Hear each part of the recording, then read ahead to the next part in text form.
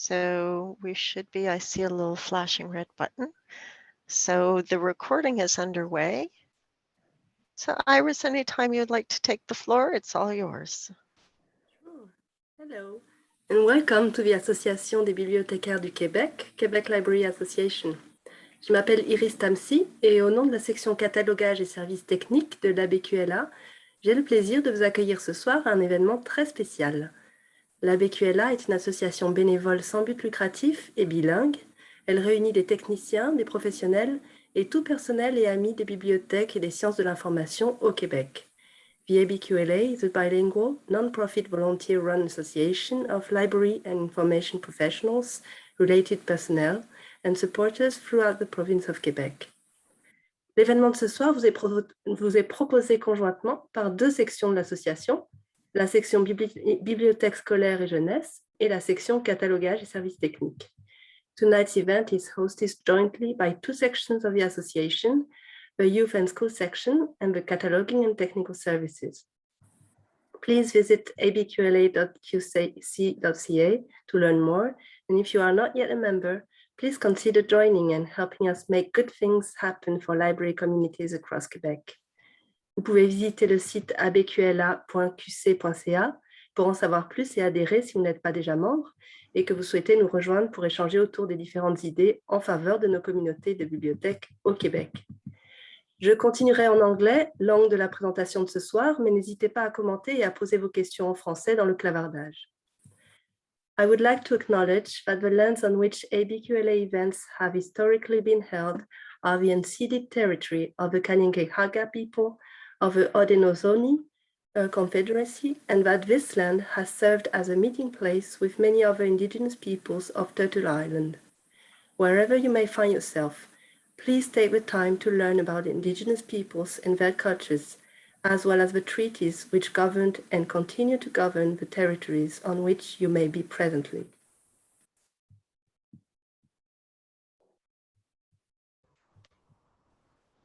Thank you, Iris.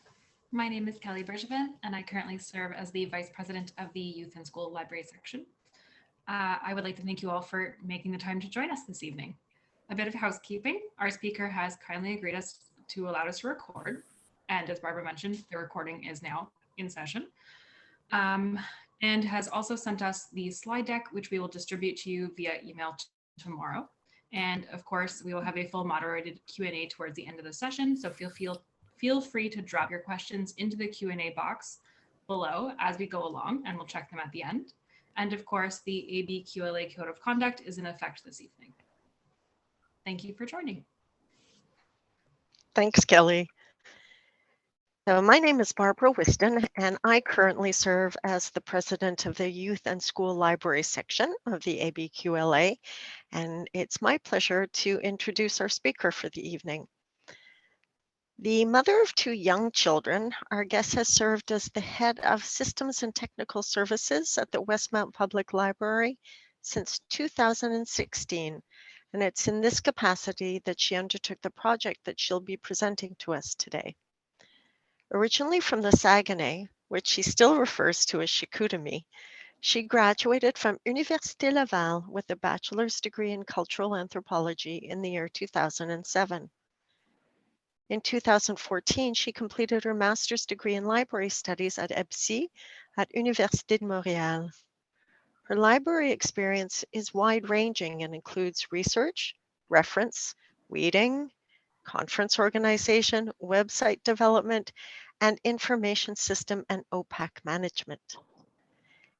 And this evening, she's presenting us a project that brings together her background in cultural anthropology and her role as a public librarian, and through which she's been exploring her interest in the ways in which technical services can take on an active role in library work as it relates to decolonization, cultural representation, and inclusion.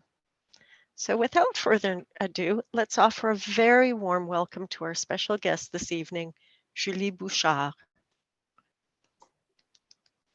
Thank you. Thank you very much, Barbara, for this introduction. And thank you, Iris, Kelly, and Barbara for inviting me tonight. I'm very happy to be here to be discussing modification to the subjects, catalog subjects associated with Indigenous peoples at the Westmount Public Library. Before I share my screen with everyone, I would like to say a few more words. I am not Indigenous and I am not a specialist in Indigenous matters.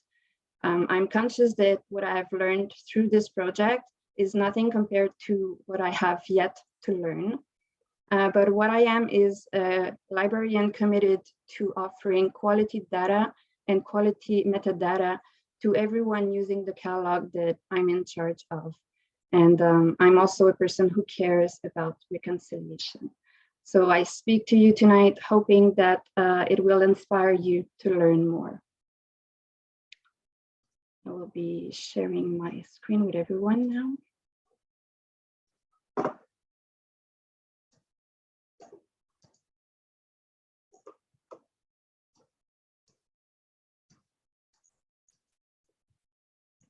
Are we all good, Barbara? It looks perfect. Thank you, Julie. Okay. I'd like to issue a warning before we get further that this presentation contains examples of offensive wording. I have tried discussing this project before without giving specific examples of the words that we were changing. And unfortunately, the people ended up not quite understanding or misinterpreting what we were doing. I will also be using the general terms Indigenous peoples quite often, and it is not to ignore the more specific First Nations subject, but because our project also included the revision of subjects regarding the Inuit, I decided to go with an umbrella term to include everyone. With that in mind, here is what I will be discussing tonight. I'll be talking about what the project is and what it is not. Why start such a project? What are the changes that are being done? The project steps, some of the difficulties that we have faced, and what's next.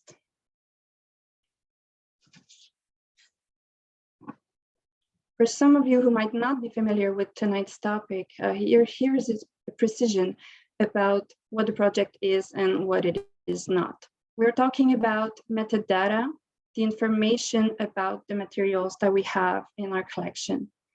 It's about removing or replacing subjects as descriptors that are deemed outdated, inadequate, or offensive in relation to Indigenous peoples.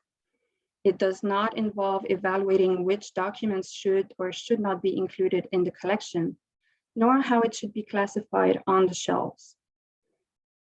If you've never heard about this before, note that although I believe that we are the first public library to do this in Quebec, to my knowledge at least, we're definitely not the first in Canada, as leading projects have existed for as long as 10 years in some cases. And many other public libraries are currently actively updating their catalogs in other provinces. We also have some specialized library like the NFB in Quebec,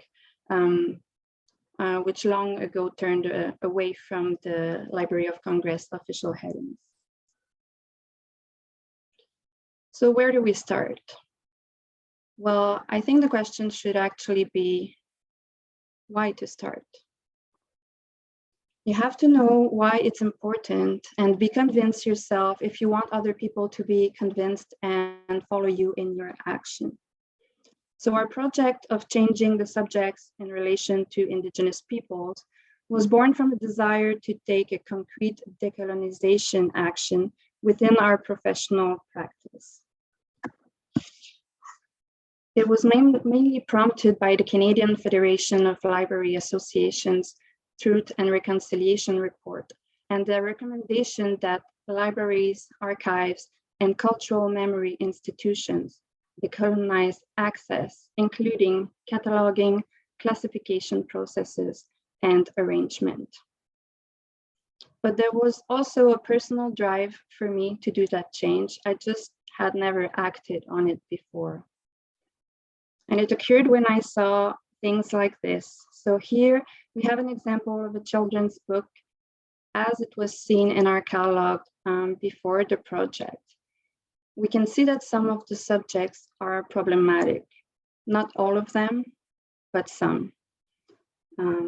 So we can see off-reservation boarding schools, Indians of North America.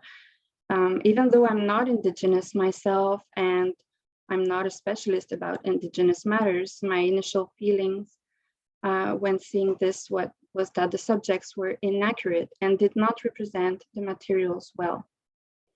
I felt that they did not represent the words that are taught in school, nor the words that we hear from politicians, journalists, academics, or some Indigenous peoples themselves.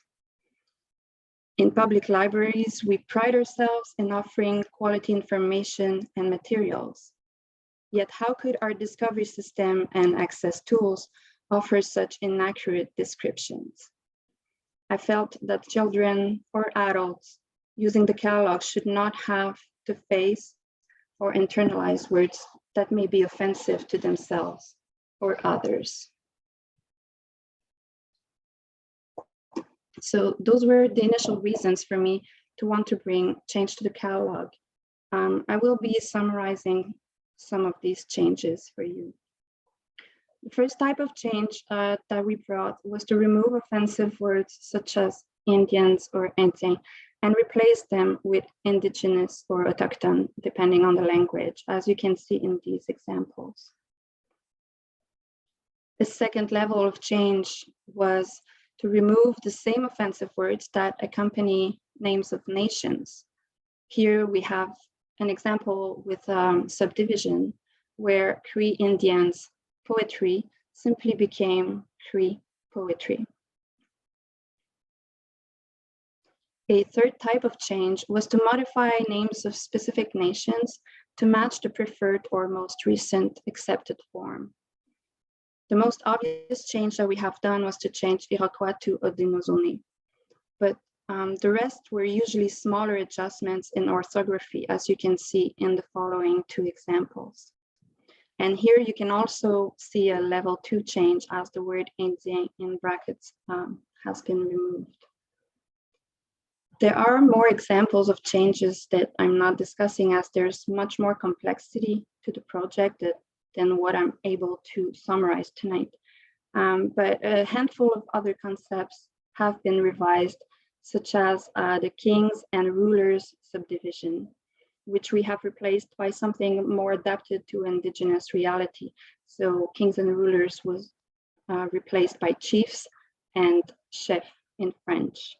And just to let you know, that chief wording is not new. It's already seen in the name as subject headings. It was just still missing from the official topical subject headings.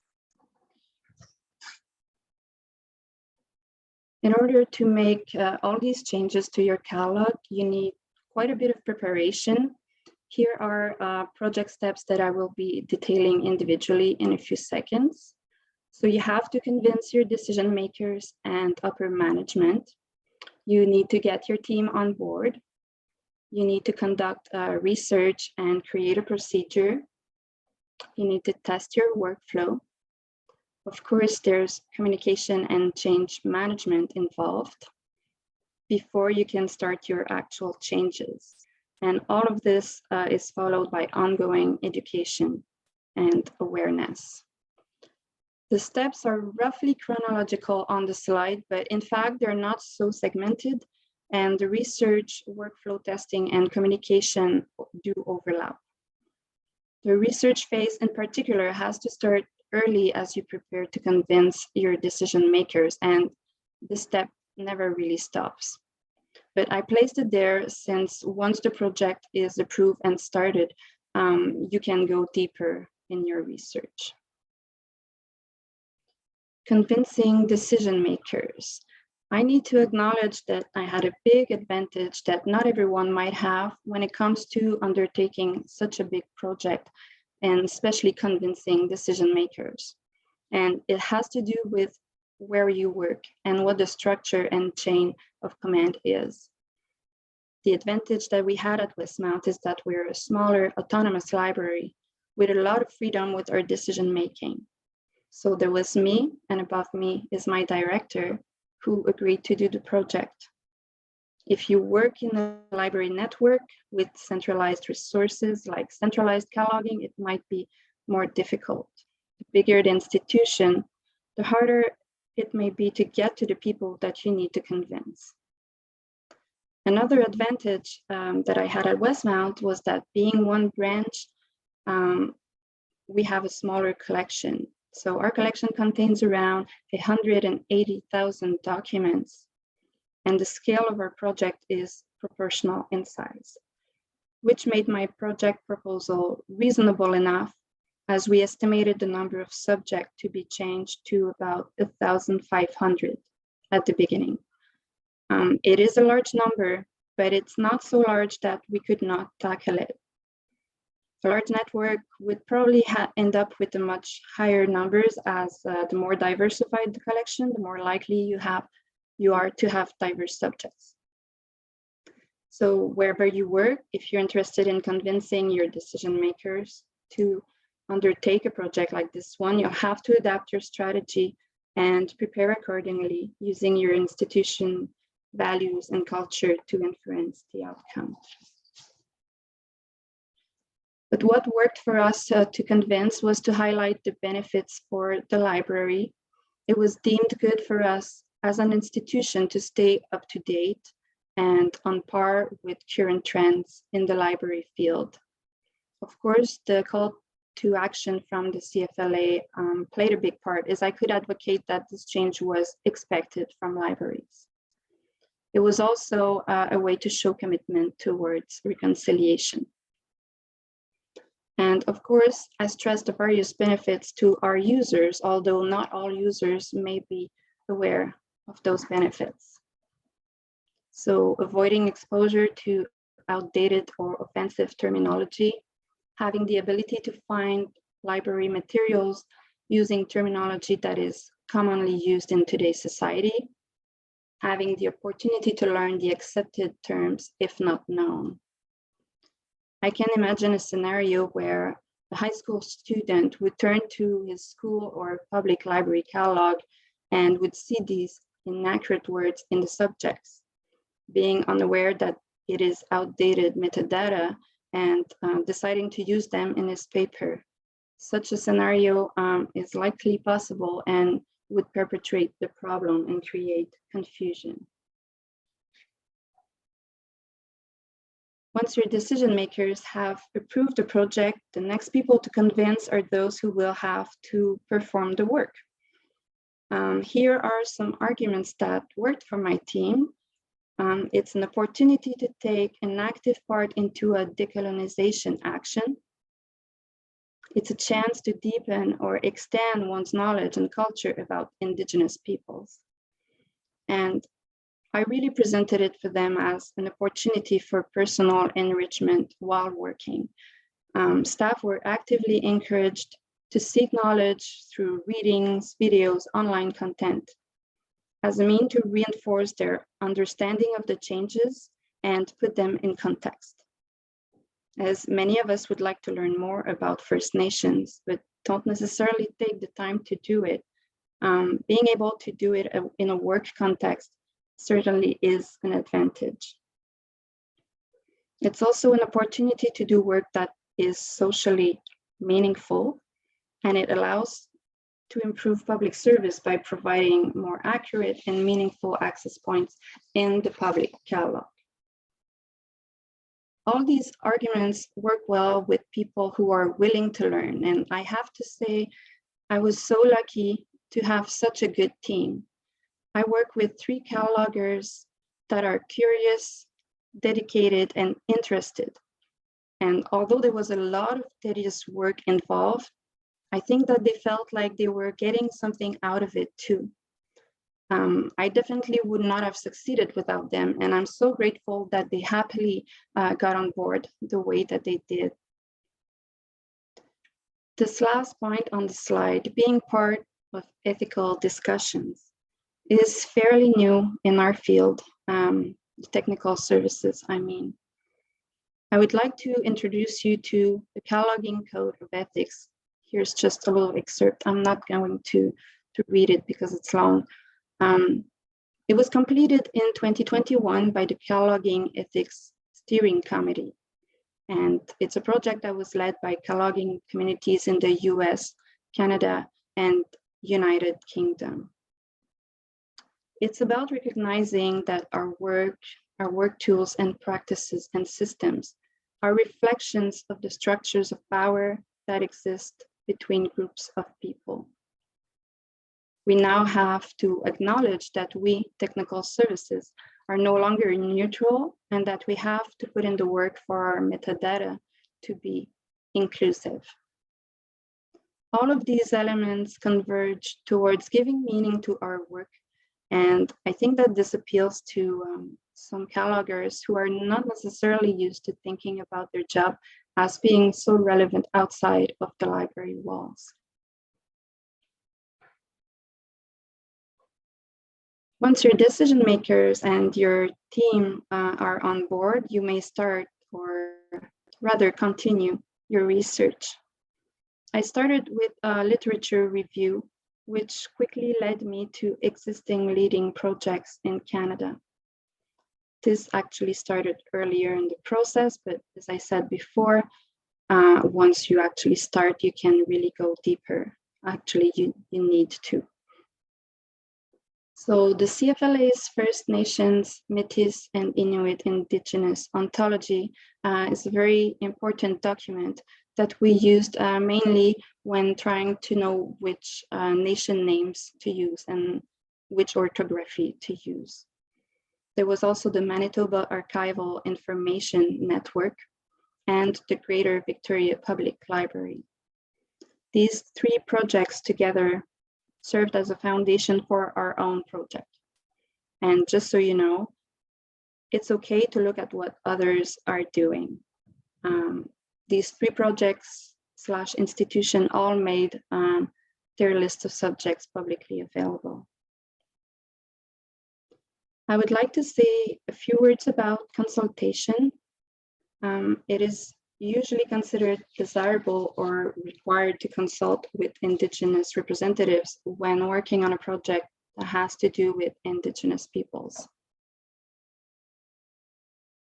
Since Westmount is not known for its Indigenous community, I tried to reach out to a higher level organization. I'll be honest, I don't think that I can say that I knew what I was doing. So I tried to reach out to the Assembly of First Nations for Quebec Labrador, who represent 43 communities from the 10 nations located in Quebec. Unfortunately, none of my requests were answered. I also tried to contact the Conseil en Éducation des Premières Nations, who work in the education field for 22 communities from 8 different nations. And this also was not met with success. So I started to have doubts, as not doing a consultation may pose a legitimacy question. Did the unavailability of consulting resources condemn the project? Was it worse to leave the subjects there than not consulting? So I almost got stuck there as I wondered what to do or whom I could turn to. So I sent an email to Sonia Smith, who was the ABQLA Quebec representative at the CFLA then. And she answered that those resources that we saw on the previous slide had been built respectfully with the help of Indigenous representatives. And that as long as we based our work on this documentation, we did not have to open another dialogue ourselves. She even thought that it was not really realistic for every library to initiate a consultation process. As a side note, I also recently learned through online webinars on the topic of libraries and decolonization that the demand from institutions like us and directed at Indigenous representatives is much higher than their availability.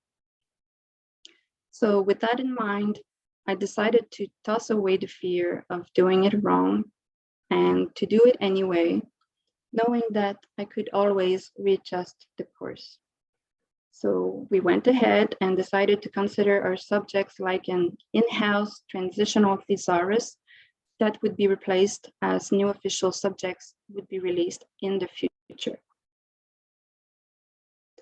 To sum up the research phase, which actually really never ends, our findings from literature and other leading projects served as a basis for an internal procedure, which contains explanations about modifications to make for each language, the different types of changes, the exceptions, the sources to consult, etc.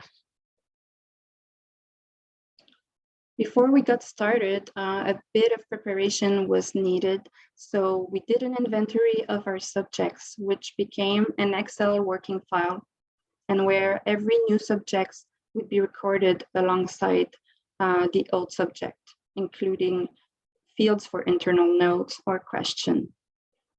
We had to think about the mark coding, for example, which thesaurus code we would be using.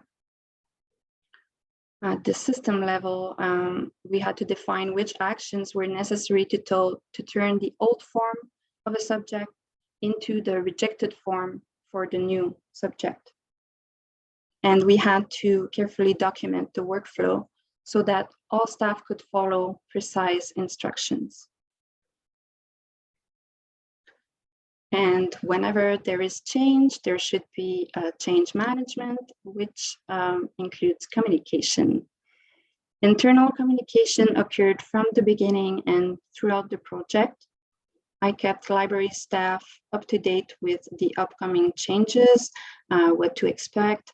And once we started, I periodically sent updated lists of our new subjects. An external communication strategy was created in the form of signs to be put up at the reference desk, a text to be given to the local press, and with the help of the online services librarian, we created content for our newsletter and our website. With all of this in place, we were finally ready to start. Here is a timeline of when these steps actually happened. The initial discussion occurred in the summer of 2019, and the preparation was completed in March 2020. As you may notice, things did not fully go as planned, and as we were ready to start the changes, COVID-19 hit and our library was closed. So as everyone was trying to figure out what to do next, we did not move forward with the external communication plan that was ready to be rolled out. People's attention was focused on COVID, so we realized that it was not a good time. We did start to change the subjects though, and it turned out that it was the perfect project to do from home, as there was no need to be on site or to work with the physical materials. The external portion of communications was not released until more than a year later.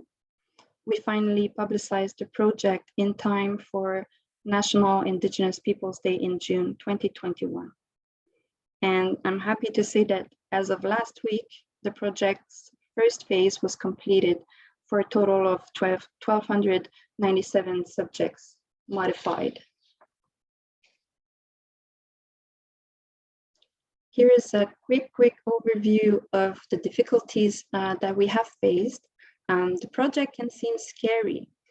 From the very beginning, yes, it can be scary to decision makers for its sensitivity, for cataloging staff for its skill, and even for the project manager.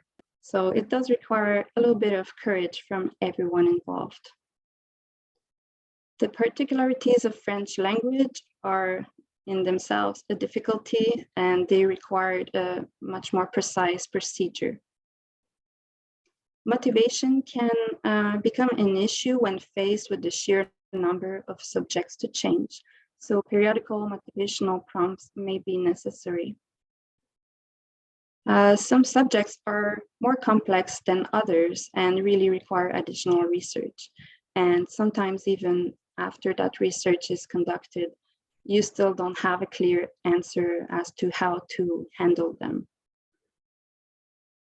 And as mentioned before about consultation and legitimacy issues, you do have to embrace some part of doubt and definitely remain humble. But in retrospect, it was all worth it. Because if you remember that image that we saw earlier about the book Stolen Words, and looking at the changes side by side, and then seeing the result now, I think it's safe to say that it's looking much better and that it's more coherent with the content and intention that you can find in the book. And this is now true for hundreds of books in our catalog. And now, what's next? At the database level, the catalog level, there is continuous maintenance and updates to be conducted, as we have to correct potential mistakes, but also adapt to newly acquired knowledge. And phase 2 will include record enrichment with new subjects such as First Nations, which were absent of the catalog before. Also, for everyone involved, there is continuous learning. And we have to recognize that just because we change some subjects, it does not mean that our catalog is decolonized. It still represents the structures, the views, and the bias of a colonizing system. So it's just a drop in the ocean, and it is an important acknowledgement to make. Here are some projects to look for in the future. The RVM's revision of their French subject headings is in its very beginning. Library and Archives Canada's project has been slowly ongoing for a while. And here are some of the sources that I mentioned earlier. The slides that will be available to you are complete with active links. So you will be able to follow each of these links to each project. So there's a CFLA Truth and Reconciliation Report and Recommendations, the 3 main projects that served as a basis for our own, the Cataloging Code of Ethics. And I bring your attention to this last resource because I did not cite it during the presentation, but I would like to recommend it as a good introduction to the general terminology that is recommended nowadays. And it also explains why other terms fell out of favor. So it's a great step that I think everyone should read. It's from UBC and it's a PDF that's freely available online. And a few more existing projects. The Library Service Center in Ontario, I highly recommend to look at their project page. It's very complete and very beautifully describes what they have done and why. Quite a few public libraries are changing their subjects now: Vancouver, Toronto, Hamilton, Brantford, and others that I don't have here. And now we started to see some school districts answering the call as well. So there would be much more to say on such an important topic. But for now, I will invite you to maybe follow up with some questions either tonight or by email in the future. I will be very happy to discuss with you.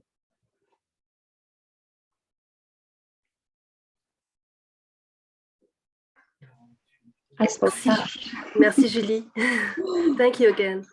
On behalf of everybody here and of the ABQLA for this exciting presentation. It's been very exciting, and for making the time to present it to us this evening. You have inspired and energized us really, and filled our minds with all sorts of ideas for new ways for making access to our collections more equitable, for dismantling barriers and for fostering understanding. We are deeply grateful, Julie. Thank you very much, Iris, and thank you everyone who attended. And we do have some questions in the Q&A. And the first one is from Susie Breyer, who says, I hope I pronounced your family name correctly, Susie. She says, thanks, Julie. Did you consult with Catherine Cassirer, who, as I understand it, worked on the changes of subject headings regarding Indigenous cinema at NFB and also works at Westmount Library? Yes, actually, Catherine is a colleague of mine, and I'm happy that I'm able to mention her. So Catherine was very much involved actually in the Indigenous Matters Committee at the CFLA, and to have her as a resource on site is amazing. We don't cross paths very often on site anymore, but I did not consult with her as much as she also reminded me a few times that maybe it's something we should do. So I do owe her finding the courage to take the leap. Because although I had the personal drive to work on something like this, I didn't act on it for a while. And she would sometimes gently remind me that it'd be a cool project. So I think she's here tonight. So thank you, Catherine, for inspiring me. Yes, I can see that she is here. And in fact, the second question comes from Catherine. And it was, how does searching the catalog work? If a user types in Micmac Indians, for example, what happens? There's one thing that we did with our system. Our system allows for a little trick, which is to create a list of correspondences. I decided to use this list only and only for different orthographies of a specific nation name, sometimes because there are letters that are difficult to put in the right order. So I have made such a list. Micmac is in that list. So there's the old English-French version that uses C's in the word. And there's a new version with K's and Q's and W's. So I don't know if, Catherine, you have tested with our own catalog at the library, and you may have noticed that it brings everything. So to me, it's an advantage, because if someone is interested in Micmac people, but they don't know exactly how to write it, the material will be there and made available for them. What I didn't want to do is use that with offensive terminology. So I might be wrong, but I felt like variation in orthography were maybe not on the offensive side. And if I'm wrong, I will make corrections, of course. But I did not want people to search the old Indians of America as a way to bring people forward and learn new terms for the future if they didn't know them already. I don't know if that answers your question, Catherine. Thank you. The next question comes from Ludwig Dubé, who says, Bonjour et bravo pour ce projet fort intéressant. Ma question, êtes-vous abonné aux mises à jour du LCHSH et des RVM? Si oui, comment gérez-vous l'intégration des notices lors des mises à jour? Vous écartez systématiquement tout ce qui touche aux réalités autochtones? Si oui, vous procédez au cas par cas? Merci. La question est en français, n'est-ce pas? Oui. Ok, mon cerveau ne sait plus faire la distinction. Est-ce que je devrais répondre en français? Pourquoi pas? D'accord. Donc, j'ai l'impression qu'il y avait plusieurs éléments dans cette question-là. Oui, on essaie le plus possible de se maintenir à jour avec les nouveaux sujets de la Bibliothèque du Congrès et du RVM. Pour être honnête, entre l'intention qu'on a d'être toujours à jour et ce qui s'est fait en pratique, avec les opérations courantes, il arrive qu'on a un peu de retard. Et pour ce qui est là, la deuxième partie de la question, je ne sais pas si j'ai bien compris, mais on ne s'empêche pas de télécharger les notices de qui que ce soit, et on ne s'empêche pas, on n'évite aucun sujet, mais oui, quand vient le temps d'intégrer un nouveau document, on fait de toute façon une révision des notices de la qualité. On doit de toute façon s'assurer de l'intégration avec les autorités. Donc, ce qu'on fait, c'est qu'on s'assure que les termes ne vont pas s'y trouver, puis on va les remplacer. Je ne sais pas si c'était vraiment ça la question. Ceci dit, comme on a mis comme terme rejeté les anciennes versions, si on fait un téléchargement et que le terme rejeté s'y trouve, notre système automatiquement va chercher notre sujet de notre thésaurus maison. Donc, ce sont seulement les sujets qui ne s'y trouveraient pas déjà comme forme rejetée qu'il faut à ce moment-là aller modifier. Voilà, peut-être reclarifier si ce n'était pas exactement ça que vous vouliez dire. Thank you, Julie. Next, from an anonymous attendee asked, why the Victoria Public Library? Did the entire system change the headings? Because when we did the research, we realized that they had done this as well. I think they were one of the first to do so, and they did make their list available. What I found is that their subjects were very similar to that of Manitoba Archival and Information Network. So when we look at what people are doing, there is still a consistency. The same with LSC in Ontario. So we felt like they were all coming from the same source and the same research. So that's why it was convenient to have an existing list and knowing that everyone was going in the same direction.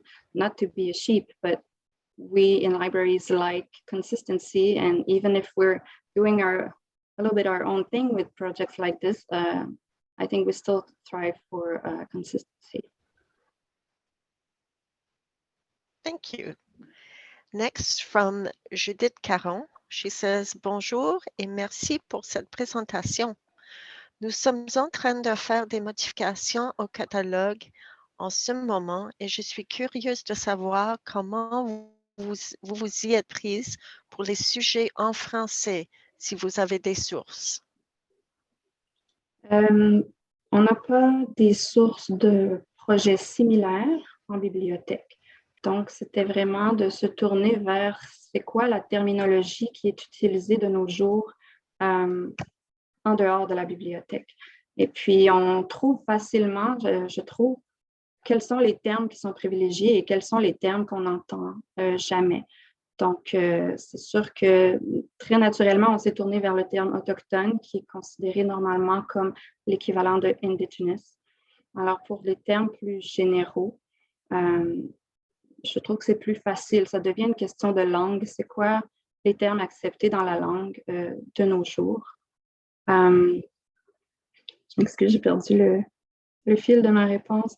Pour ce qui est de la structure des sujets, en fait, bien, on fait l'équivalent, lorsque possible, l'équivalent avec l'anglais. Mais parfois, la nature de la langue française fait en sorte qu'on doit modifier la structure. Donc, en général, on suit la structure de LC le plus possible pour quand même rester près de nos pratiques en bibliothèque. Il y a des cas un peu plus difficiles qui faisaient partie des difficultés que j'ai mentionnées là, avec la langue française. Et pour ce qui est des noms de nations, il y avait quand même eu des consultations avec les nations du Québec qu'on retrouve dans l'anthologie de CFLA. Donc, c'est ça. Les sources rendues là, c'est le bibliothécaire en nous qui fait de la recherche auprès de différentes sources. Mais il me fera plaisir de continuer à échanger avec vous pour l'aspect francophone parce qu'en effet, on n'a pas beaucoup de prédécesseurs.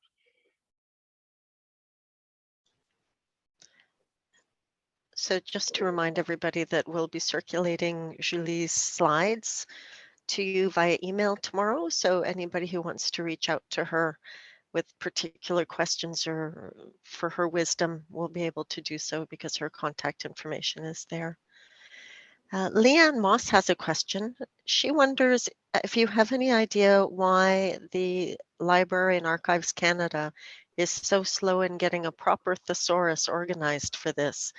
Shouldn't they be leading this for all Canadian libraries? She asks. I have to say that I don't know why. I didn't find a lot of detail about what they were doing, although I think that they regularly send updates now. So we've been seeing quite a few in the past 6 months, but I don't know. For sure, the bigger the institution, as I said before, the larger the amount of subjects that you have to review and the more exceptions you're going to find. Those exceptions, when I say exceptions, I mean the subjects that are more complex and require more research.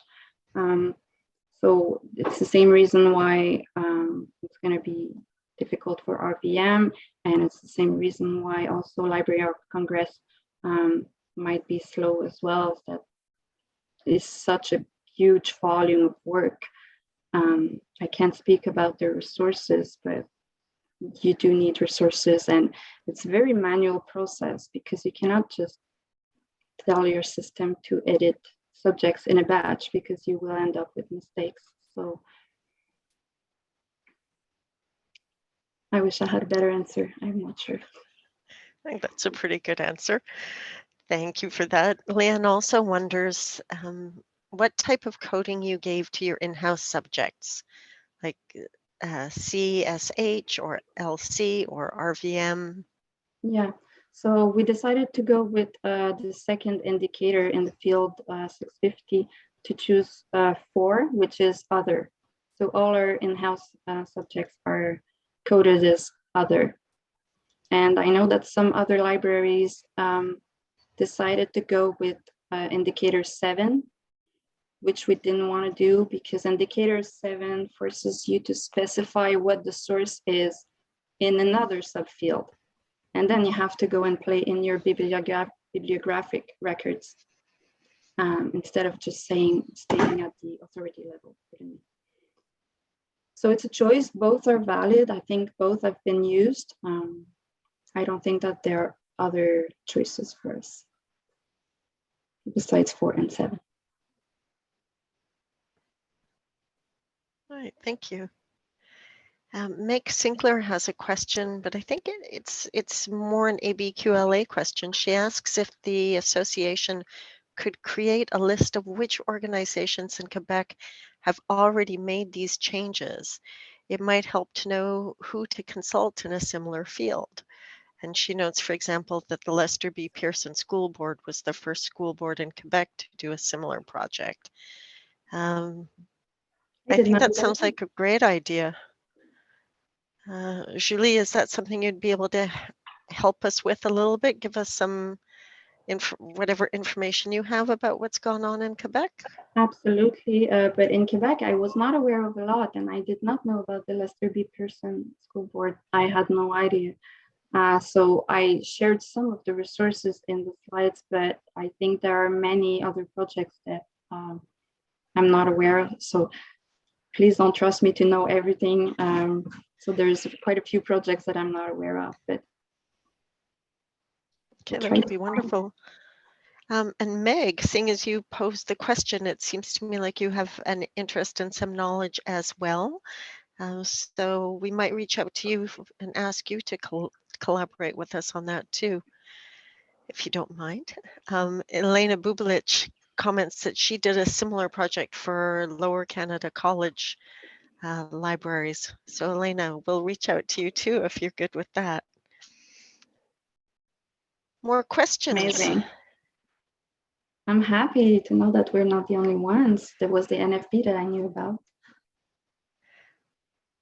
The Q&A is thank you, Meg. Meg says thank you. There have been plenty of comments thanking you very much for the presentation, Julie, and commenting on how interesting and detailed and helpful it is. Thank you. Anybody else have questions? We have another excellent presentation, more thank yous. Well, in that case, I think we will wrap up the evening. Thank you very much, all of you, for bringing us into your homes this evening. I know everybody has had a very long day. I know it's with the shorter days, everybody is super tired all the time, or at least it feels like I am. So having you bring us into your homes at the end of a work day means a lot to us. Thank you for being here on time, eager, full of good questions. I can't tell you how energizing this is for us. So Kelly, would you like to take over?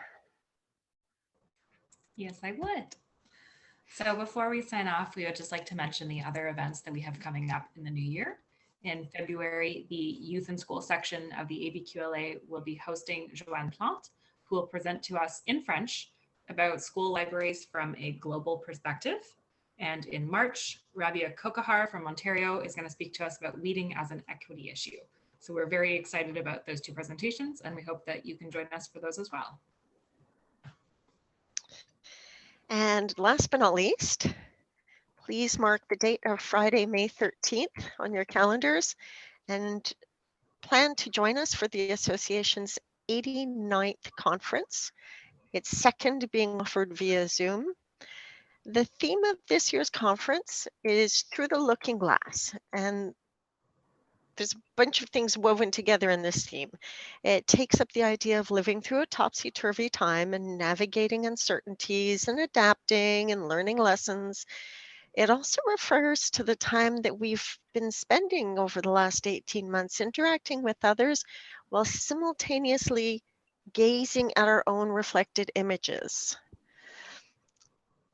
Finally, it also evokes the notion of libraries as cultural and intellectual mirrors and windows, and blends with it the concept of self-reflection that has always characterized the library professions, but is really characteristic of our COVID-19 reality. We hope not only that you'll attend, but that you'll consider sharing whatever great work you've been doing. We've put out a call for proposals, and we're really hoping to hear from you in great numbers. We know everybody's been doing amazing things. We always do, but it's been even more so during COVID. We'd really like you to share what you've been up to. So please check out our call for papers, which will be going out again shortly, and think about submitting a proposal. We would really like to hear from you. Iris? So on that note, yes, one last big thank you on behalf of the ABQLA to every one of you, but especially to Julie. Merci, Julie, for making this such an engaging and memorable evening. Thank you. Grand merci. Avec plaisir. And to all of our attendees this evening, if you are not yet a member of the ABQLA, we hope that you will visit abqla.qc.ca and join. We would love to have you aboard during this uncertain and exciting time, and we look forward to seeing you at our next event. All right. Good night, everyone. Thank you. Thank you very much, Julie. Thank you so much, Julie. That was really, Welcome. really Thank you for the invitation. That was wonderful. Thank you, everyone. Good night. Lots of thank yous in the chat. Thank you, everyone.